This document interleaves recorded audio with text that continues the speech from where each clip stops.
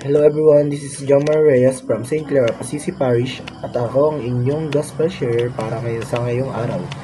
At ang gospel na share ko sa inyo ay ang Luke chapter 8 verse 1 to 3. At ang Luke chapter 8 verses 1 to 3 ay naglalaman ng pagkatapos nito, nilibot ni Jesus ang mga bayan at layon sa paligid. Nangangaral siya at nagtuturo ng magagandang balita tungkol sa paghahari ng Diyos. Kasama niya ang 12 at ilang babaeng pinagaling niya sa masamang espiritu.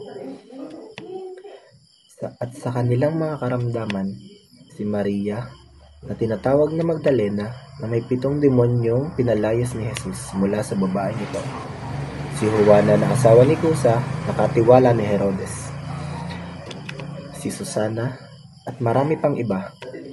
Sarinil lang salapi ang kanilang ginastos para sa pangangailangan ni Jesus at ng kanyang mga alagad. Sa kontekstong ito, nangangahulugan iyon na ang mga tao ay nakikinig at tinatanggap ang sinasabi ni Jesus tungkol sa Diyos, sa kanyang sarili, pagsisisi, at sa tamang paraan ng pamumuhay ayon sa otoridad ng Diyos.